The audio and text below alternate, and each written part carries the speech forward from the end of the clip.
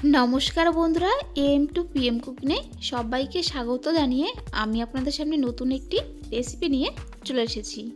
আজকে আপনাদেরকে তৈরি করে দেখাবো ডাল শুক্তানি রেসিপি। বন্ধুরা, যেহেতু এখন কিন্তু গরমকাল, আর গরমকালে কিন্তু এইরকম যদি দুপুরের লাঞ্চে শুক্তানি থাকে তাহলে কিন্তু দুপুরটা বেশ জমে যাবে। আর আমি যেভাবে এই শুক্তো রেসিপিটা তৈরি করব আপনারা ঠিক সেভাবেই তৈরি করবেন, দেখবেন স্বাদ ও গন্ধ দুটোই আপনারা এই ডাল থেকে পাবেন। তাহলে চলুন বন্ধুরা, আর কথা না বলে রেসিপিটা শুরু করা যাক। ডাল শুক্তো বানানোর জন্য প্রথমে ওভেন জ্বালিয়ে ওভেন একটা কড়াই বসিয়ে কড়াইতে দিয়ে দিতে হবে 2 চামচ সরষের তেল। এই রান্নায় কিন্তু আমি সরষের তেল ব্যবহার করব, তবে আপনারা চাইলে আপনাদের পছন্দ মতো যে কোনো তেল দিয়ে কিন্তু এই রেসিপিটা তৈরি করতে পারেন। এই দেখুন বন্ধুরা, এখানে আমি 2টো মাঝারি সাইজের উচ্ছে কেটে নিয়ে নিয়েছি, আর নিয়ে নিয়েছি 2টো সজনে খোসা ছাড়িয়ে আর এইভাবে একটু লম্বা লম্বা করে কেটে নিয়েছি, আর নিয়ে নিয়েছি 4 থেকে 5 টুকরো পেঁপে। তেল গরম হয়ে গেলে প্রথমে তেলের মধ্যে উচ্ছেগুলো ভেজে নিতে হবে। এই দেখুন বন্ধুরা, উচ্ছেগুলো একটু এরকম মোটা মোটা করে কেটে নিতে হবে। এখন গ্যাসের ওভেন হাই ফ্লেমে রেখে উচ্ছে এপিট ওপিট উল্টে পাল্টে ভেজে নিতে হবে। বন্ধুরা, রেসিপিটা সম্পূর্ণ দেখবেন, কেটে কেটে দেখবেন না, কেটে কেটে দেখলে কিছুই বুঝতে পারবেন না। এপিট ওপিট উল্টে পাল্টে উচ্ছে ভাজা হয়ে গেলে এখন কড়াই থেকে একটা পাত্রে তুলে নিতে হবে। বন্ধুরা, যারা উচ্ছে বা তেতো খায় না তাদেরকে আমি যেভাবে এই ডাল শুক্তো রেসিপিটা তৈরি করে দেখাচ্ছি ঠিক এইভাবেই রান্না করে দেবেন, দেখবেন খুব সহজে খেয়ে নেবে। এখন দিয়ে দেব এই তেলের মধ্যেই কেটে নেওয়া পেঁপে, আর দিয়ে দেব সজনে ডাঁটা। পেঁপে এইরকম একটু লম্বা আর মোটা করে কেটে নিতে হবে, আর সজনে ডাঁটার উপরের যে আঁশ থাকে সেটা ভালো মতো ছাড়িয়ে নিতে হবে। সজনে ডাঁটা আর পেঁপে ভাজা হয়ে গেলে এখন কড়াই থেকে একটা পাত্রে এগুলো তুলে নিতে হবে। এ দেখুন মধ্যে একটু এরকম হালকা লাল লাল করে ভেজে নিতে হবে। এখানে নিয়ে নিয়েছি 100 গ্রাম মুগ ডাল, তবে আপনারা পরিমাণটা বাড়িয়ে বা কমিয়ে নিতে পারেন। এখন এই মুগ ডাল দিয়ে দিলাম এই তেলের মধ্যে। মুগ ডাল তেলের সঙ্গে মিশিয়ে নিতে হবে। বন্ধুরা, মুগ ডাল আমি আর ধোবো না, কারণ মুগ ডাল পরিষ্কার কাপড়ে ভালো মতো ডলে ডলে মুছে নিয়েছি। মুগ ডাল তেলের সঙ্গে মিশিয়ে নেওয়া হয়ে গেলে এখন এর মধ্যে দিয়ে দিতে হবে সামান্য পরিমাণ লবণ, আর দিয়ে দিতে হবে পরিমাণ মতো হলুদ গুঁড়ো। লবণ আর হলুদ গুঁড়ো মুগ ডালের সঙ্গে মিশিয়ে নিয়ে মুগ ডাল ভালো মতো ভেজে নিতে হবে। এই দেখুন বন্ধুরা, এরকম করে ভেজে নিতে হবে।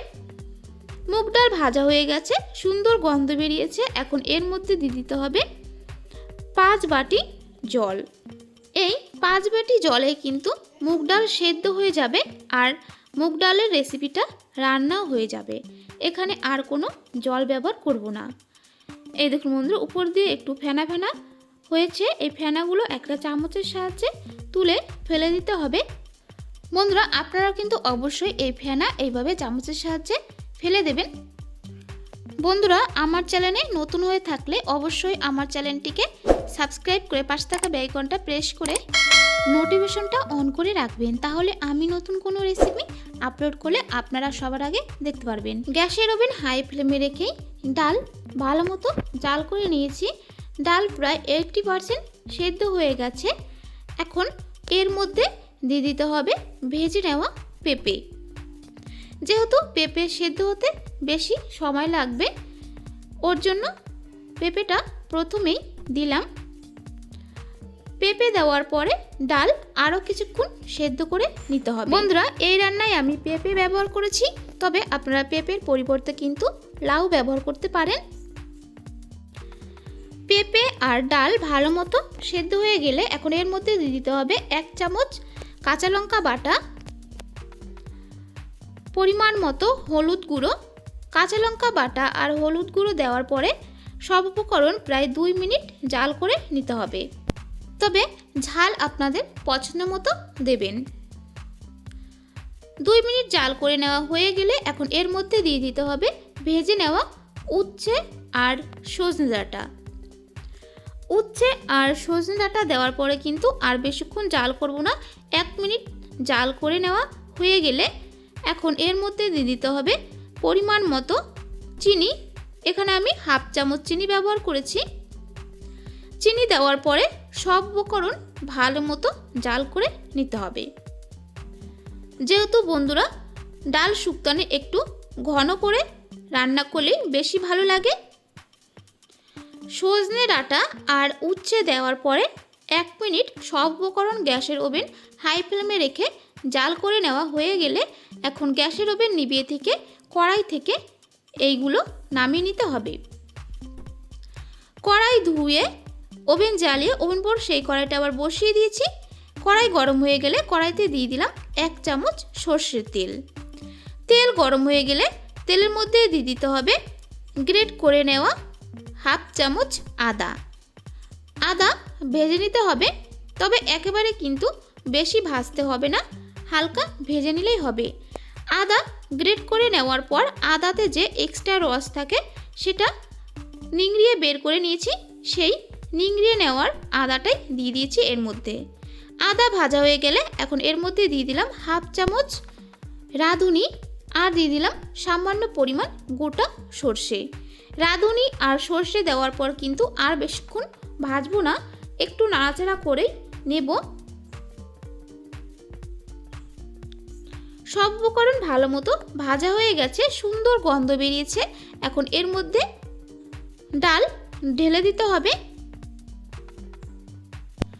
বন্ধুরা নতুন কোনো রেসিপি যদি জানতে চান অবশ্যই আমার চ্যানেলে কমেন্ট করে বলবেন, আমি রেসিপিটা অবশ্যই দেব। এই ডাল শুক্তানি রেসিপিটা কিন্তু এখনও হয়নি, এর মধ্যে আরও 3টা উপকরণ আমি অ্যাড করব। গ্যাসের ওভেন হাই ফ্লেমে রেখে আরও 2-3 মিনিট এইভাবে জাল করে নিতে হবে।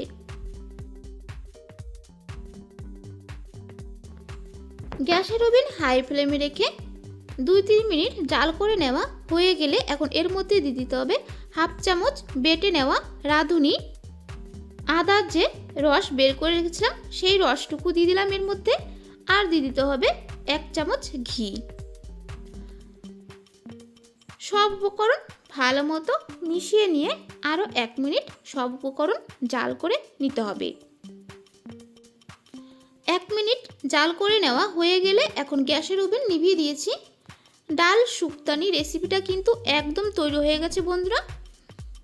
এরকম শুক্তানি বানিয়ে আপনারা কিন্তু অবশ্যই বাড়িতে একবার হলেও খাবেন, দেখবেন খেতে কিন্তু অনেক ভালো লাগে। রেসিপিটা কেমন লাগলো অবশ্যই আমার চ্যানেলে কমেন্ট করে বলবেন, আর লাইক শেয়ার করতে একদম ভুলবেন না।